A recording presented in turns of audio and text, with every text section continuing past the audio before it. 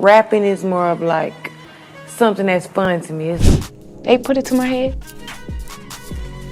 I know that wasn't gonna shoot, but you know how So, yeah, perfect. everybody always like say that we sound alike, so it's like we just start making these niggas ain't got no paper. These niggas a whole lot of fakes. I been here one of them. Hey y'all, so buckle up because we're diving deep into something that's honestly way more heartbreaking and twisted than I feel like the new generation, they don't know shit about that, you know? So I had to put it. any of us could have imagined. Today, we're talking about the tragic passing of rapper Enchanting. And let me tell you, the details that have come out recently, they're not just shocking, they're downright devastating. Trust me, you'll want to stick around for this one because the truth behind her final moments is going to leave you absolutely speechless. First, let's take a step back and talk about who Enchanting was. Born chanting. Nicole Larry, she was a rising star in the rap game, making waves with her unique blend of neo-soul, R&B, and trap, what she liked to call trap and blues. Growing up in Fort Worth, Texas, she kicked off her music career right after high school and quickly caught the eye of none other than Gucci Mane. She signed with his 1017 Records back in 2020 and started making a name for herself in the industry. Her track No Love, featuring Big Scar and Jay Glock, was a major hit, racking up over 6.7 million listens on Spotify. At the time of her passing, she had nearly 125,000 monthly listeners on the platform. And get this, she was working on new music right up until the very end. Enchanting was on the verge of something big, but tragically, her life was cut short at just 26 years old. So, what exactly happened? Enchanting's cause of death was initially kept under wraps, but after a few agonizing months, the truth finally came to light. The Dallas County Medical Examiner's Office revealed that she passed away due to an accidental opioid overdose. And here's where it gets even more gut-wrenching. She had oxycodone and benzodiazepines in her system, two drugs that, when mixed, can be incredibly dangerous. Now, I know what some of y'all might be thinking. Another artist gone too soon because of drugs. But before we jump to conclusions, let's take a moment to really understand what was going on in Enchanting's life during her final days. Enchanting had been struggling with addiction for a while, and according to her management team, she was trying to get clean. In fact, she spent her last days at a friend's place, attempting to detox and start fresh. But sadly, it wasn't enough. Despite the support from her loved ones, she couldn't escape the grip of her addiction. Her boyfriend, Motion God Bandman, shared a heart-wrenching post on Facebook while she was still in critical condition, expressing his pain and disbelief over what was happening. And y'all, it's clear from his words that this wasn't just another tragic story. This was a young woman who was loved, who had people rooting for her, and who was fighting as hard as she could to overcome her demons. When the news of her death broke, it hit the music industry like a ton of bricks. Fellow artists and fans alike flooded social media with tributes, with Gucci Mane himself calling her a true star and expressing his deep sadness over losing such a promising talent. But here's where things start to get really complicated. While many were mourning her loss, others began pointing fingers. Some claimed that her death was the result of a heart attack, while others insisted it was a drug overdose. And as usual, the rumor mill went into overdrive. But what do we really know about the circumstances surrounding her death? Let's be real for a second. Enchanting's music wasn't all sunshine and rainbows. Her lyrics often revolved around heavy stuff like drugs, partying, and living a fast-paced, high-risk lifestyle. And while we all love to bump to these tracks, there's a darker side to this kind of content that we can't ignore. Rappers are influencers, plain and simple. Their lyrics can shape trends, influence behavior, and in some cases, even contribute to dangerous habits. Remember when lean was the hot thing? Rappers made it sound cool until we saw the devastating effects it had on people's lives. Now, it's all about pills like Perk 30s, and honestly, the way these drugs are being glorified is just plain dangerous. Enchanting's death is a tragic reminder of the harsh realities that often lurk behind the music we love. And while it's easy to preach about the dangers of drug use after someone's gone, where's that energy when the music's still playing? And speaking of controversy, let's talk about Charleston White. This man has never been one to hold back, and his comments about Enchanting's death,